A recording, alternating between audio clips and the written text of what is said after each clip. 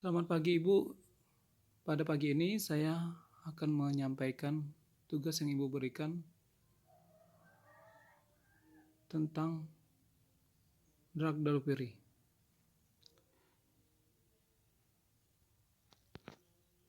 Sebelumnya perkenalkan, nama saya Ediwan Nestauri, NIM 2048-2011-09,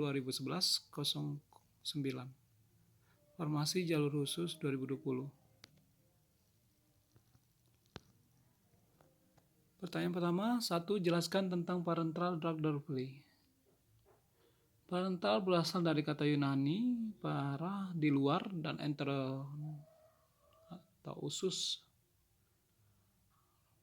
Artinya rute pemberian selain rute oral dan mengacu pada pemberian rute injeksi.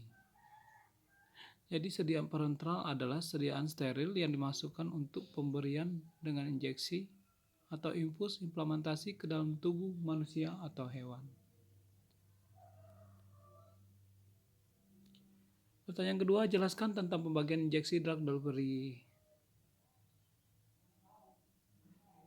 Klasifikasi parenteral drug delivery: 1. Injectable, 2. Implant, 3. Infusion device.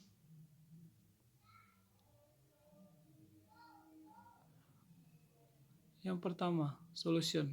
Injeksi adalah larutan steril emulsi atau suspensi yang diprediksi dengan melarutkan misalnya di formula dengan emulsi atau suspensi dari zat aktif dan bahan tambahan di dalam air atau dalam cairan yang tidak berair cocok sehingga injeksi dibagi dua, injeksi terkontrol dan injeksi diversikoloid.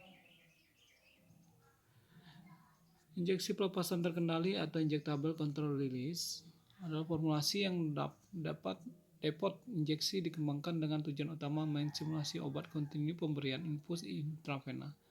Ini sering mengakibatkan pengurangan dosis obat, penurunan efek samping, dan peningkatan kepatuhan pasien dan peningkatan pemanfaatan obat-obatan. Yang kedua, dispersi koloid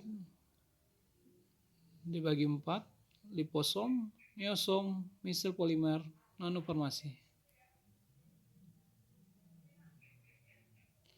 Yang kedua, mikropartikel terbagi 2, mikrosfer dan mikrokapsul. Mikrosfer adalah serbuk yang mengalir bebas terdiri dari partikel bola dengan ukuran ideal kurang dari 125 mikro. Mikrokapsul pelepasannya dapat dikontrol dengan resolusi disfungsi atau keduanya.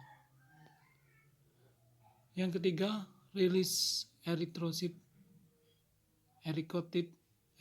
yang dipulihkan.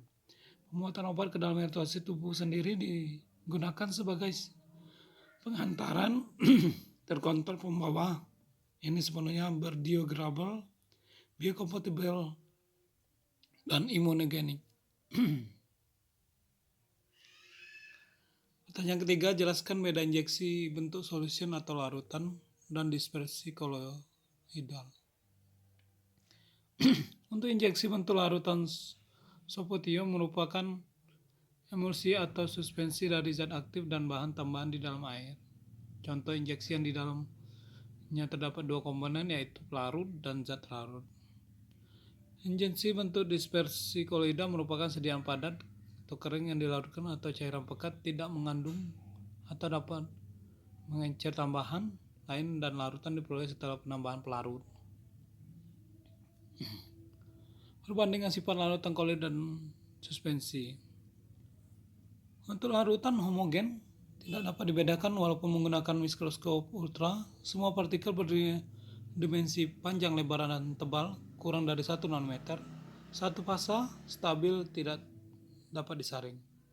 Contohnya larutan gula. Untuk koloid secara mikroskopik bersifat homogen tetapi heterogen. Jika diamati dengan mikroskop ultra, partikel berdiameter antara 1 nanometer sampai 100 nanometer di dua fasa pada umumnya stabil, tidak dapat disaring kecuali dengan penyaring ultra. Contohnya sabun atau susu santan atau jelly. Untuk suspensi atau dispersi kasar,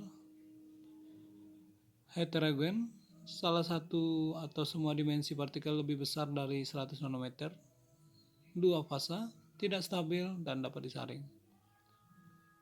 Contohnya air sungai yang keruh, campuran air dengan pasir, atau campuran kopi dengan air.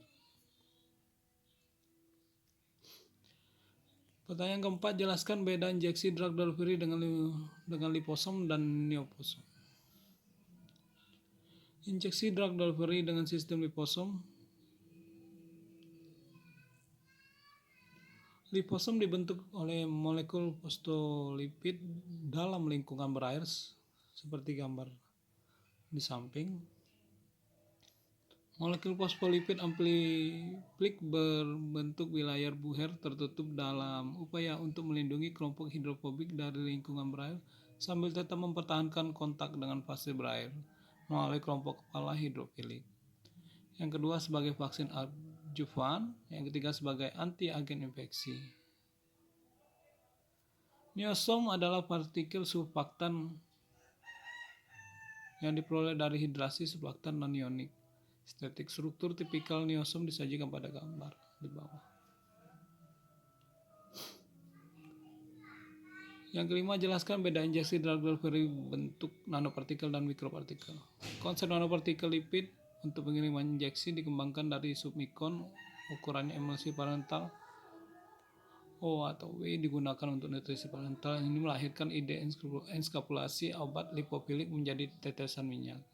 Kelemahan yang terkait dengan emulsi submikron ini adalah viskositas rendah dari tetesan menyebabkan pelepasan cepat dan kerentanan aktivasi tergabung menuju degradasi oleh fase kontinu berair 40. Solid lipid nanopartikel SLN adalah partikel koloid yang tersusun dari matriks lipid biokompatibel biodegradabel yang padat pada suhu tubuh dan rentan ukuran pameran di antara 100 dan 400 nanometer. Kalau yang bentuk mikropartikel, mikrosfer adalah serbuk mengalir bebas yang terdiri dari partikel bola dengan ukuran idealnya kurang dari 125 mikron, larutan dalam air, disuntikan dengan jarum angka 18 dan 20. Mikrokapsul, obat diletaknya terpusat di dalam cangkang polimetrik dengan ketebalan terbatas dan pelepasan dapat dikontrol dengan cara disolusi difusi mikroplus berkualitas dengan dilindungi tebal umum melepaskan obat pada orden 0.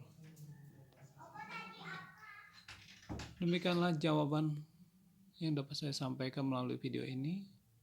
Kurang dan lebihnya saya mohon maaf. Saya ucapkan terima kasih atas perhatiannya dan selamat pagi.